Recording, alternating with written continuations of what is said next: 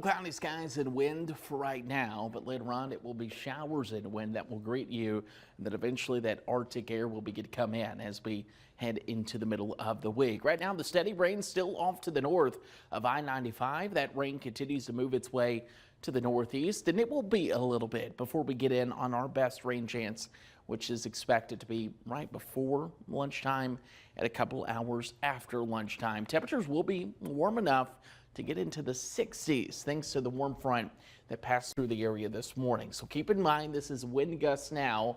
Wind's going to be gusting up to 30 to 40 miles per hour. Still waiting for the main axis of the rain as we go closer to 10 o'clock this morning. And then notice by the time we head into the early afternoon, we'll get that cold front to pass through here. And I think by 5 p.m. at the latest, the worst of this is out of here, and we look at some improvements for the rest of your forecast. Keep in mind, wind advisory is out, 30 to 40 mile per hour wind gusts, and that wind will continue as we go into tonight. So therefore, you're waking up tomorrow, that Arctic blast starts to work in. Temperature is going to be in the 20s and 30s, but with the Arctic air making it feel like the teens and low 20s. So definitely going to want the heavier coat as you step out these next couple of mornings. Tomorrow, it's a cold and breezy day. Temperatures will start in the 30s, but with that breeze, we feel like the 30s for the afternoon, even though our temperatures will reach into the mid 40s for the afternoon hours on your Tuesday. And that's just the start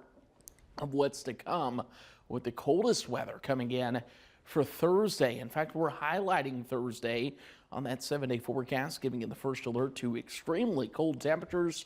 22 in the morning, 39 going to be your temperature there as we go into the Thursday forecast. Now, if you were with us last week, we talked about the chance and the potential of winter weather.